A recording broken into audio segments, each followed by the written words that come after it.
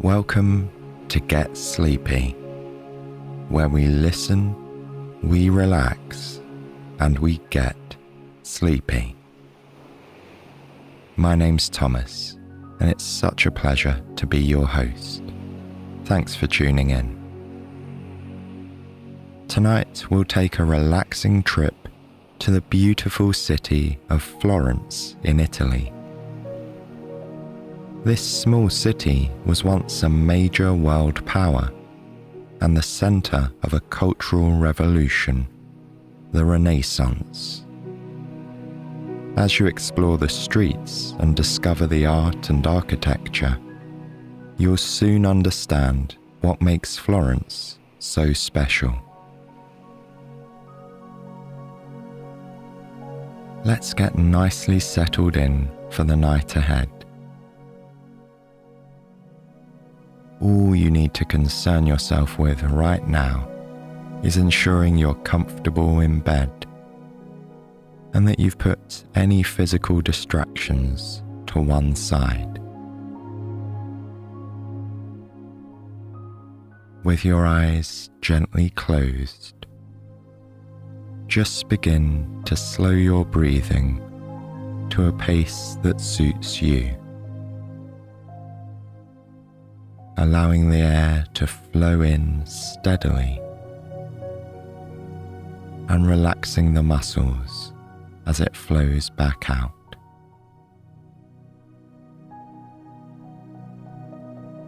If you're finding that thoughts are coming and going with a fair bit more frequency than you'd like, I have a suggestion for you to try.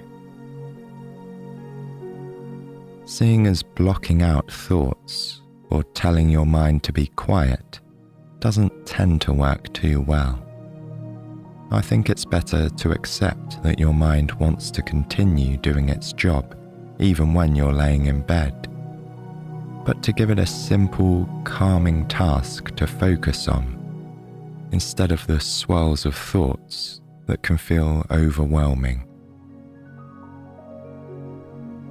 So, for the next few moments, I'd like you to try visualizing a familiar journey that brings you back to your home.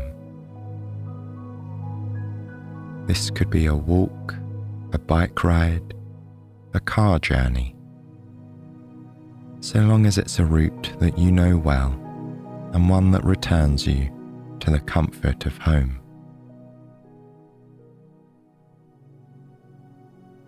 Wherever you're starting this journey from, just picture the scene around you in your imagination.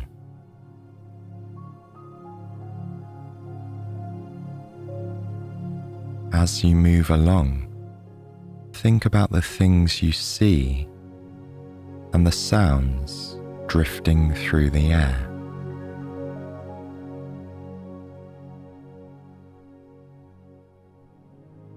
Step by step, or with each turn of a wheel, the scene develops around you,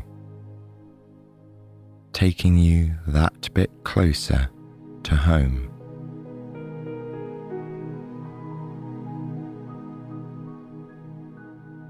Notice if there are any smells in the air that stand out. Do certain parts of the route conjure memories of times gone by? And how does all of it make you feel?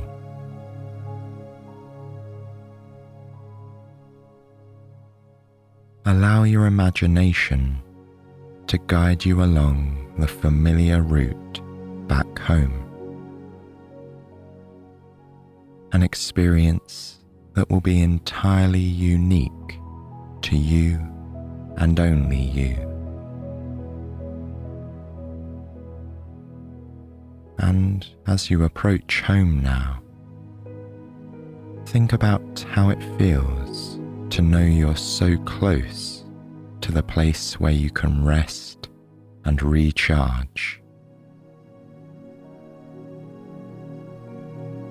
When you eventually arrive, open the door and step inside, paying attention to the way that makes you feel as well.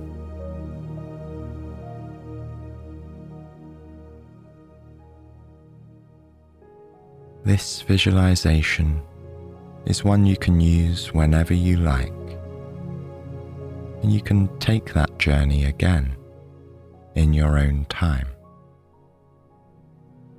But for now, you're home and you can relax. So allow your imagination to take you on a new journey, perhaps one that is less familiar, but no less peaceful and relaxing. Imagine that you're on holiday in Florence, and you're walking along the stone streets on your way to see one of the most famous artworks of all time. This is where our story begins.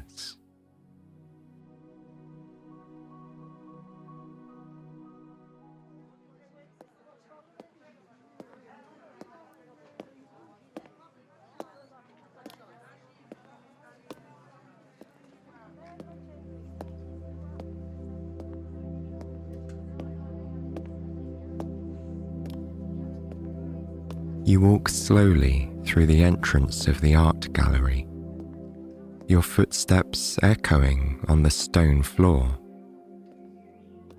Although you're excited to enter the next room, you take your time, savoring the sense of anticipation. In just a moment, you'll be standing face to face with an icon. You're visiting the Accademia Gallery, located in the historic centre of Florence. This gallery is home to the most famous statue in the world, Michelangelo's David.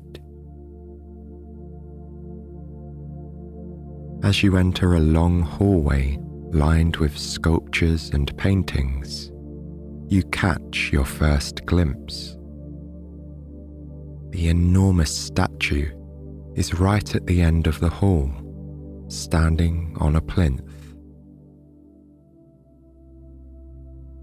Michelangelo's masterpiece depicts the biblical hero David. He's a muscular young man, standing tall and looking to the side with an intense expression on his face. In one hand, David holds a slingshot. He's preparing for his battle with the giant Goliath. You walk closer, keen to admire the artwork in more detail. David is so famous that he feels strangely familiar. You've seen his image everywhere, on posters, in books, and on countless souvenirs. It feels surreal to see him in person, a little like meeting a celebrity.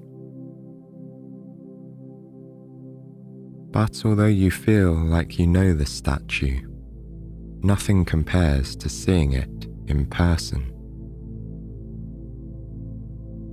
David is larger than life.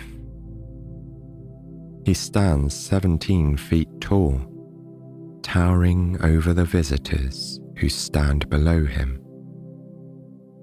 As you join the crowd, you find yourself comparing the experience to a concert. David is on a stage with his admiring fans gazing up at him.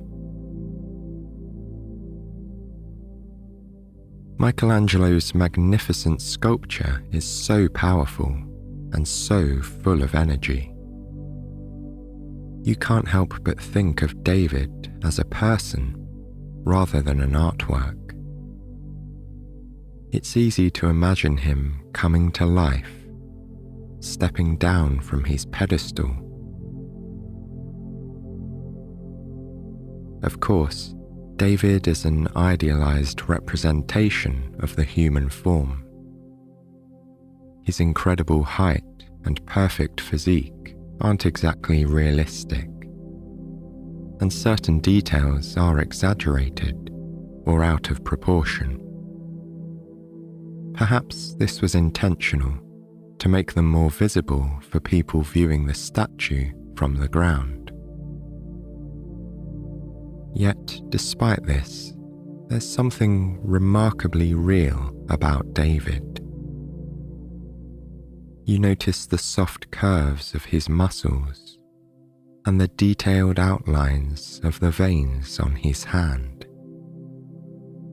Then there's his face, full of expression and emotion. With his furrowed brow and intense gaze, he seems so human. How incredible, you think, that David was created from a single block of marble. Michelangelo began work on David in the year 1501, when he was just 26 years old. At the time, city officials were wondering what to do with a gigantic slab of poor quality marble. A couple of artists had already tried to turn it into a sculpture without success. The young Michelangelo had already created other sculptures in his native Florence. He'd also carved the famous statue of Jesus lying in Mary's lap, which is now on display in St. Peter's Basilica in Rome. But sculpting David was his greatest challenge yet, and ended up as one of his most noteworthy achievements. He spent 3 years working on this sculpture, chipping away at the rough block of marble. According to your guidebook, there's a beautiful quote attributed to Michelangelo. In a letter, the artist wrote something along these lines: "I saw the angel in the marble and carved until I set it free."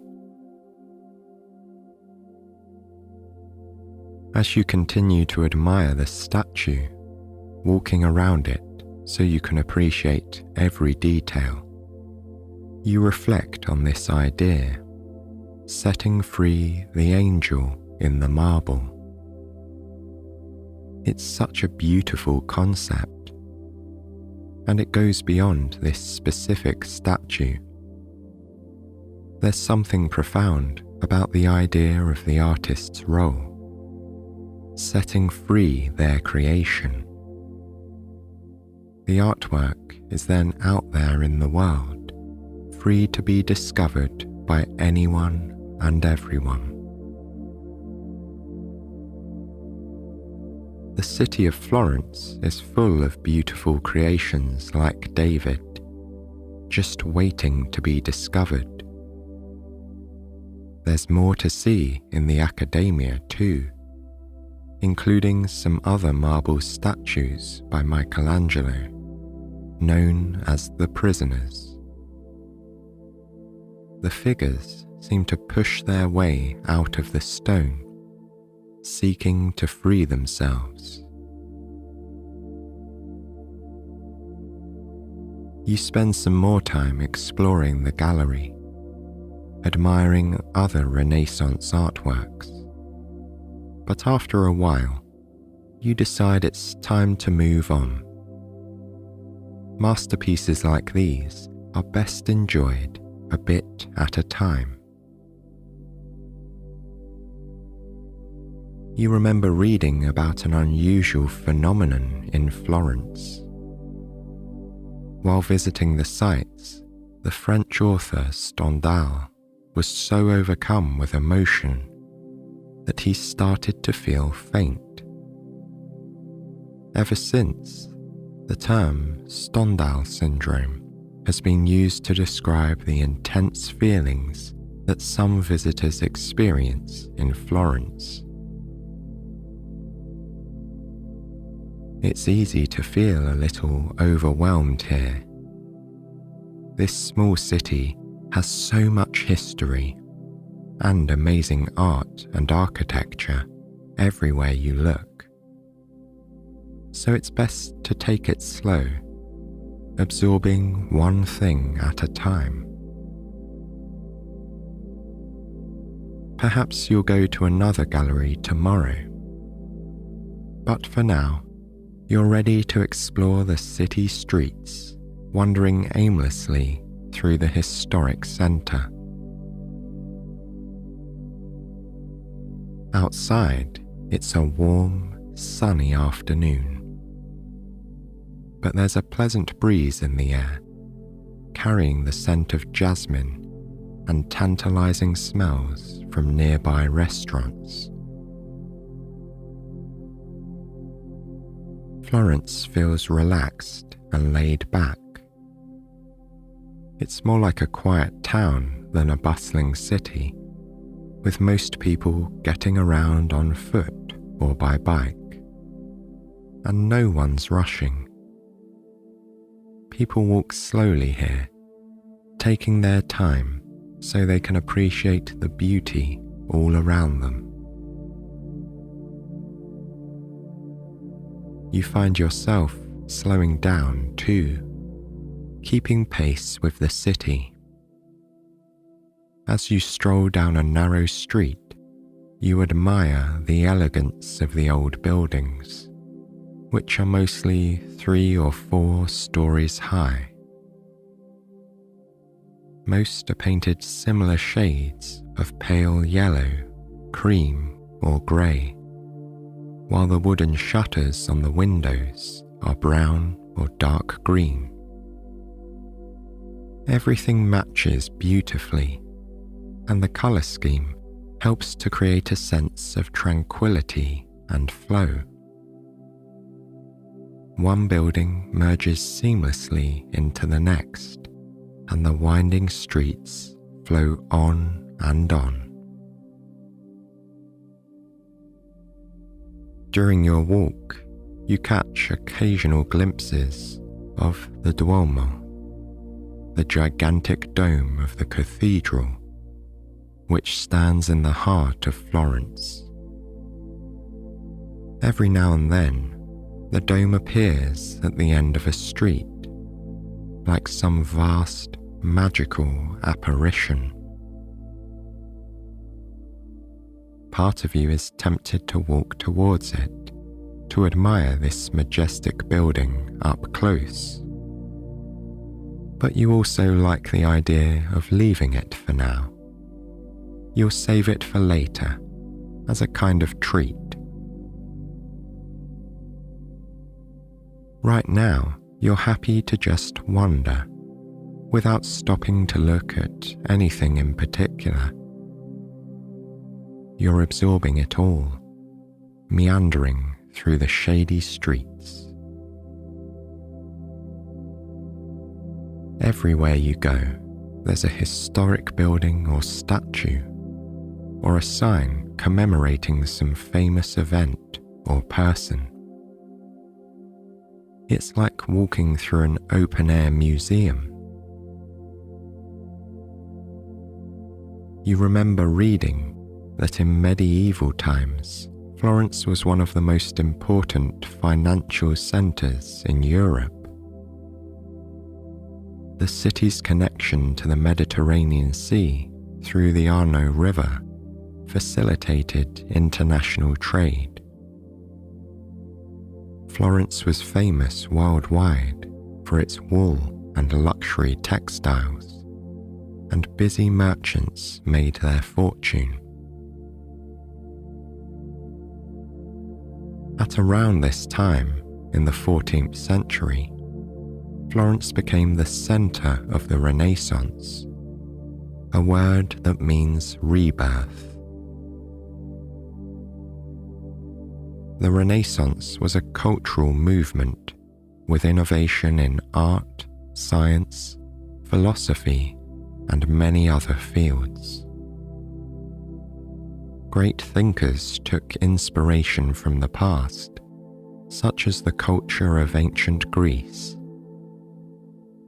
But intellectuals were also looking forward, making exciting new discoveries and finding new ways of thinking. It was a time of extraordinary innovation, and Florence was at the centre of it all.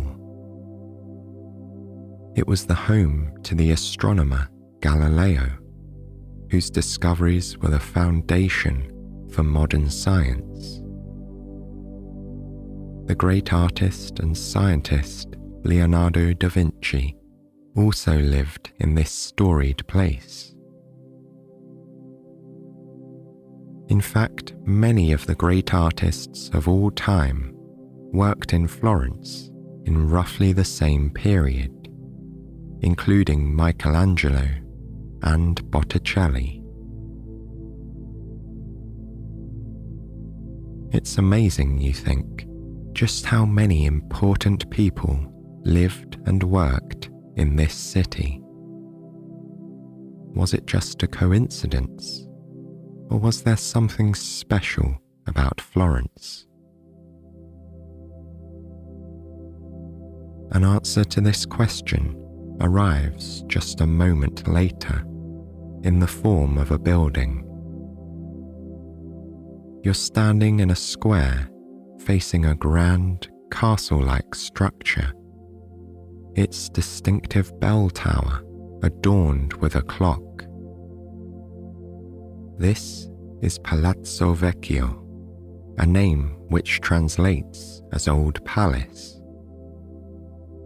Even by Florence standards, it's old, as it dates back to the 13th century. This building was originally one of the residences of the Medici family. The Medici were a banking dynasty. For generations, they were one of the most powerful, rich, and influential families in Europe. There are many buildings in Florence associated with the Medici, but Palazzo Vecchio is one of the most striking. For a moment, you just stand there, gazing up at the imposing brick facade. Then you turn to your guidebook to learn more about the family who once lived here. One of the most interesting aspects of the Medici is their cultural influence. Due to their immense wealth, they were able to commission works from some of the most brilliant artists of the time, including Botticelli, Michelangelo, and Raphael. The Medici were also the patrons of Leonardo da Vinci, Galileo, and the architect Brunelleschi, who built the dome of the cathedral in Florence. The support of this powerful family is an intriguing common denominator. But of course, it can't be quite that simple. In Renaissance Florence, so many different factors came together, creating a vibrant culture and an intellectual atmosphere that allowed talented people to flourish. You put away your guidebook and continue to stroll through the square, enjoying the warmth of the sun on your skin. This part of the city has such a rich history. In this moment, you're walking in the footsteps of some of the most important and influential people to have ever lived. Yet at the same time, this square is just like any other Italian piazza. There are locals walking their dogs, children playing, and couples strolling hand in hand. In the middle of this historical location, people go about their everyday lives. The contrast is strange in a way, but it also makes the city's history feel less distant and more accessible. You can imagine a sense of continuity throughout the centuries. When you catch a sight of a smartly dressed Italian family, you imagine for a moment they might be descendants of the Medici. Or perhaps the connection between past and present exists in another form, not through family, but through cultural influence. As people continue to visit Florence, finding inspiration in the beautiful art and architecture, the spirit of the Renaissance city lives on. You wander into the shade of a nearby street, where you spot a group of friends enjoying ice cream. Suddenly, you find that you also have a craving for something sweet. And a little further along, on the corner, you come across a gelato shop.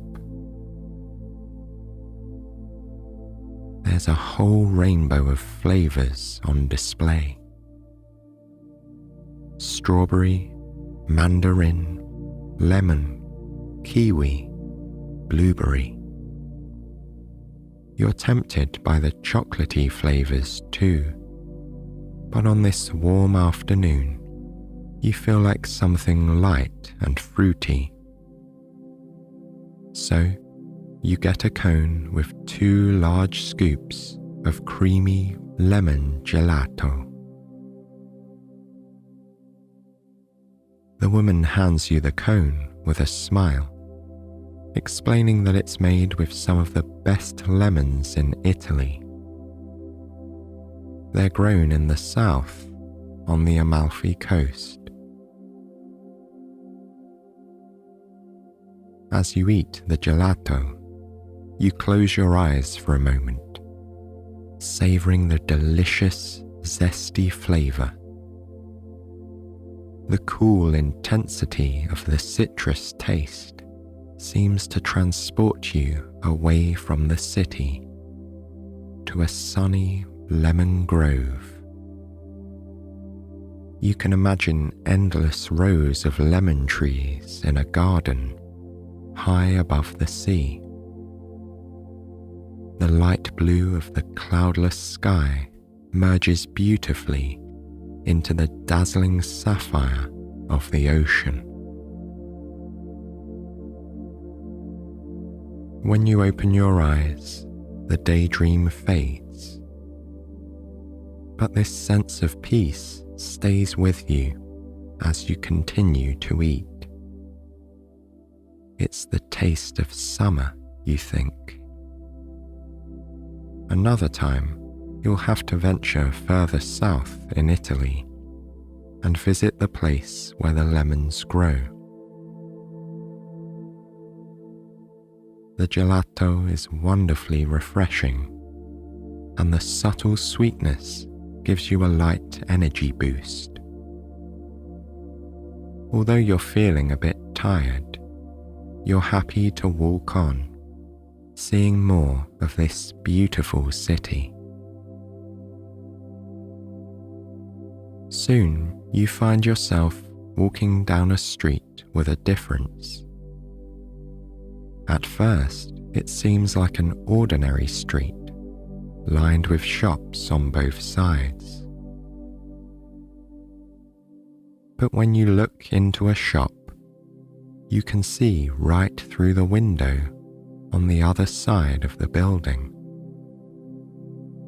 Beyond, there's a view of the sky and a distant hill crowned with cypress trees. This street is actually a footbridge, the oldest in Florence. Ponte Vecchio crosses the Arno River. Ever since its construction in medieval times, the bridge has been a shopping district. Originally, there were all kinds of shops here, including butchers and fishmongers. But in the 16th century, a Medici duke objected to the marketplace atmosphere. Preferring something a little more refined, he ordered that all the shops be replaced with goldsmiths and jewelers. And it's been that way ever since. Today, as you walk across the bridge, you notice that every window is full of glittering gold. Rings, bracelets, and necklaces. The Medici family also made another significant change to Ponte Vecchio. Back when the bridge was still home to butchers and fishmongers, the Medici ordered the construction of a covered walkway right above the shops. It's known as the Vasari Corridor. This corridor gave the Grand Duke easy access between two buildings. From his palace, he could walk directly to the offices on the other side of the river. That way, he didn't have to mingle with the crowds on the bridge or smell the shops. These days, the Duke's palace and offices are both open to the public. The offices, or uffizi, were converted into the famous art gallery of the same name. According to your guidebook, the Duke's Corridor is currently closed to the public, but it's due to reopen soon. As you stand on the bridge, you look up above the shops and notice the row of small windows on the top story. This must be the corridor.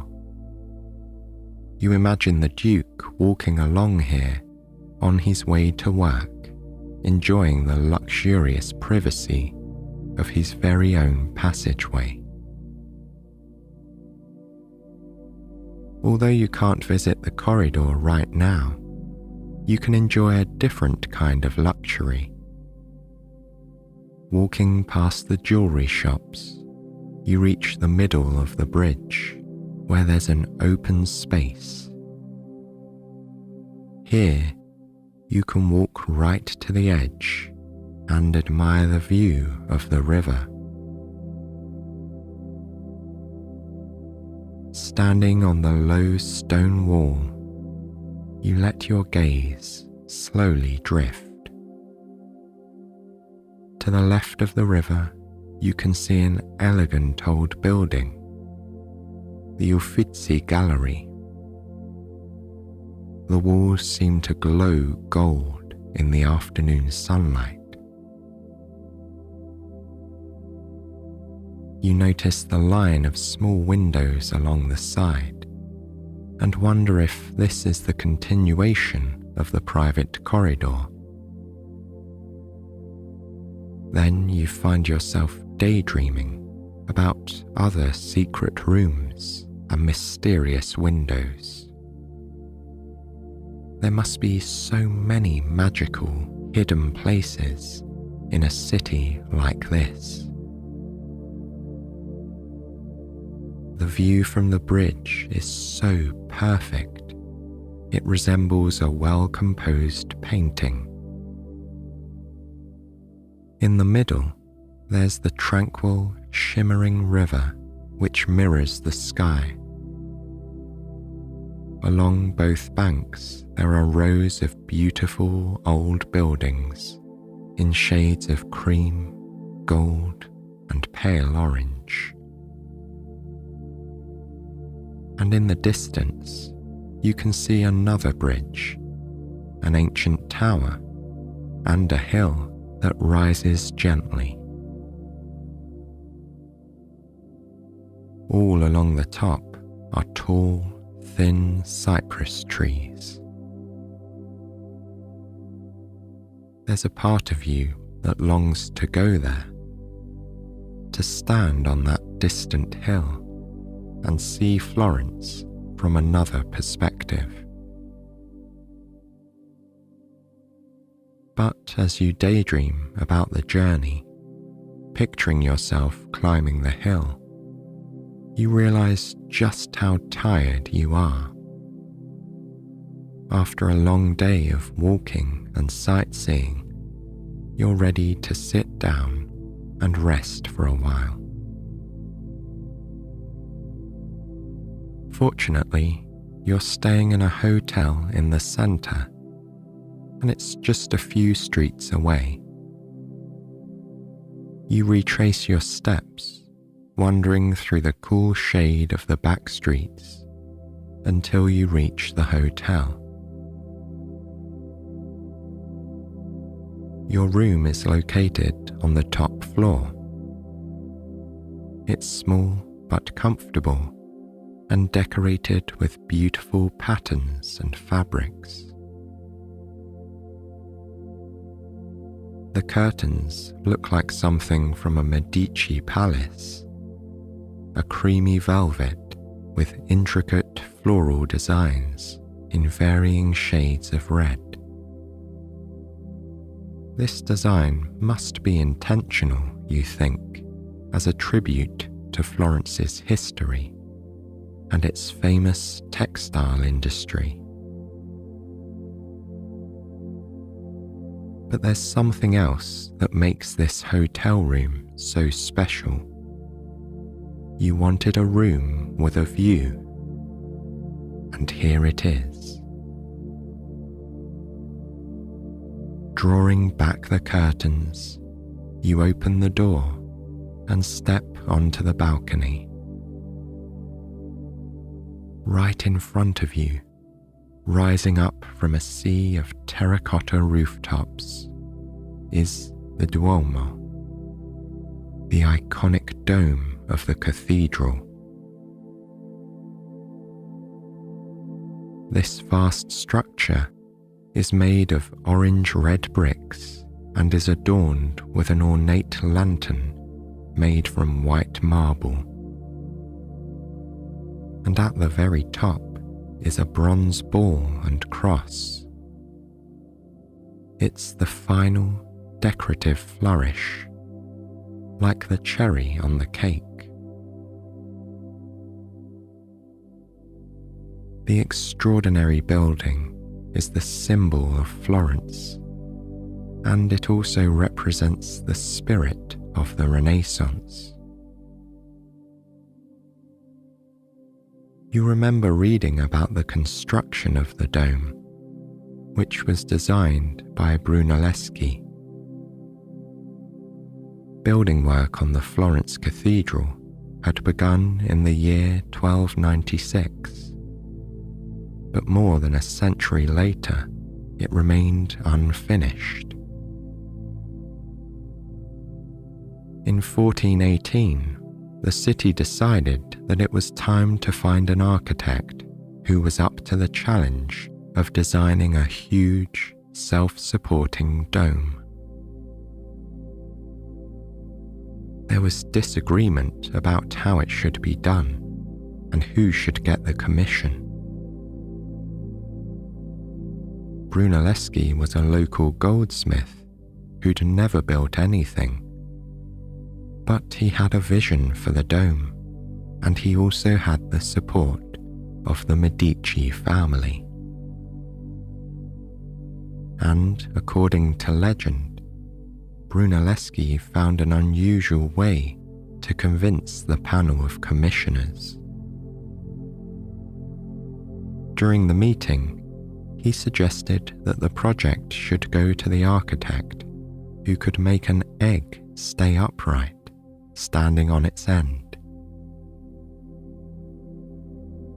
An egg was passed around the table from person to person, but of course, no one could make the egg stay upright. Each time it rolled over. When it was Brunelleschi's turn, he took the egg and tapped it against the table, breaking the shell. The egg stayed upright, and he got the commission. Whether or not the story is true, there's no doubt that Brunelleschi was an amazingly innovative architect. The dome is an incredible feat of engineering, consisting of more than 4 million bricks.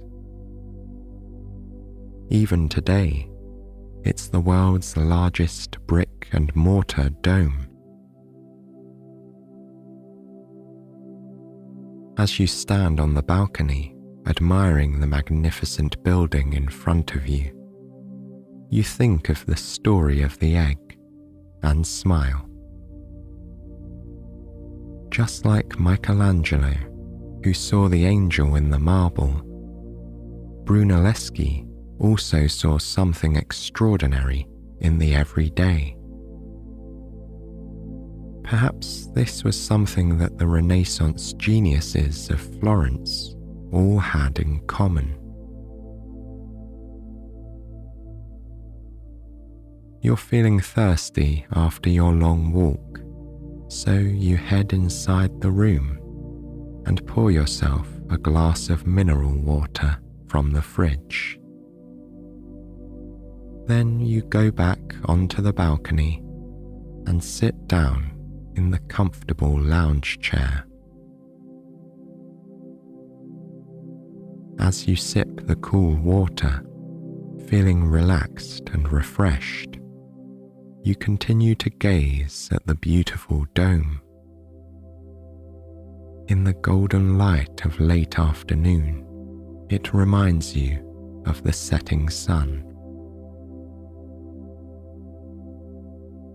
Everything about this place is so perfect, you think.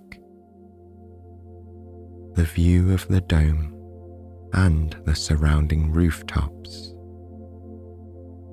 The evocative, high-pitched calls of the swifts as they soar through the sky. And the scent of jasmine from a nearby terrace. Breathing in, you savor this rich, perfumed fragrance. At this time of day, with evening approaching, the scent of jasmine somehow seems stronger, more intense.